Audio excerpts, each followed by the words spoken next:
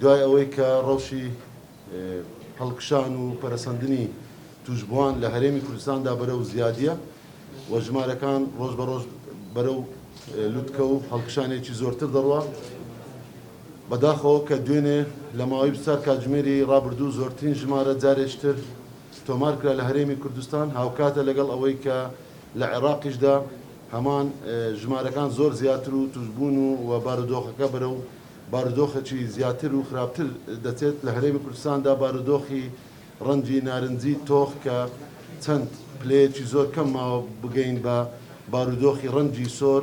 کە بارودۆخێکی مەترسیدارە لە ماوەی 24 کاتژمێری ڕابردوو دەمەوێت بە بەڕێستان ڕابگەینین کە لە کۆی 17,141 پشکنینی تاقیگەیی بۆ دۆزینەوەی ڤایرۆسی کۆرۆنا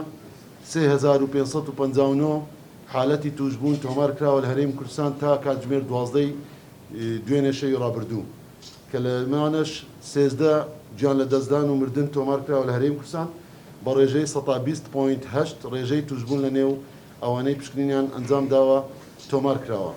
ئەمە زۆرترین ژمارەیە تا ئێستا و نیشاندەرێکی خراپە و نیشاندەرێکی ترسناکە بۆ ئەوەی کە ئێمە بەرەو هەڵکشانی زیاتر و توشبوون زیاتر دەبێن. لەنێو ئەو توشبوانە لە ماوەی 4 کاتژمێری ڕابردوو تەنها 1041 حالەتی چاکبوونەوە هەبووە واتە ئەگەر لێکی بدەینەوە سێ هەندی چاکبوونەوە توشبوون هەیە بۆیە پێویستمان بە داخلبوونی نەخۆشی زیاتر هەیە پێویستی بە چاودێری چڕی زیاتر هەیە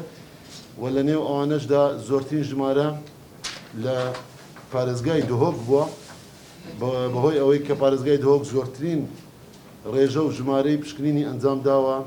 کە 8,474 پشکنین لە شاری دهۆک ئەنجام درراوە بەڵام ڕێژەی توشبوون بە هەمان شێوە لە هەموو هەرێمی کوردستاندا زۆرە و زیاتریش ڕێژەی توشبوون هەیە لە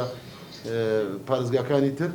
بەڵام زۆرترین ژمارە 1564 حالەتی توشبوو لە شاری دهۆکە بووە بۆ ئێمە سەر لە بەیانی ئەمڕۆوە هاتوین نەخۆشخانەکانمان بەسەر کردەوە ئامادەکاری و چوونە ناو قۆناغێکی نوێ بۆ کردنەوە و بەتاڵکردنی نەخۆشخانەی دیکە و ئامادەکاری دابینکردنی ئۆکسجین و کارگە و تانکەکانی زیاتر و هەروەها ئامادەکاری بۆ دا و دەرمان و پێداویستی پزیشکی ڕێخستنەوەی ستاف و دابەشکردنی پزیشکان و کارمەندانی تەندروستی و هەروەها پێداویستەکانی دیکەی کە نەخۆشخانەکان پێویستی پێیە بۆ داخلبوون و زۆرکردنی ژمارەی قەرەوێلەکان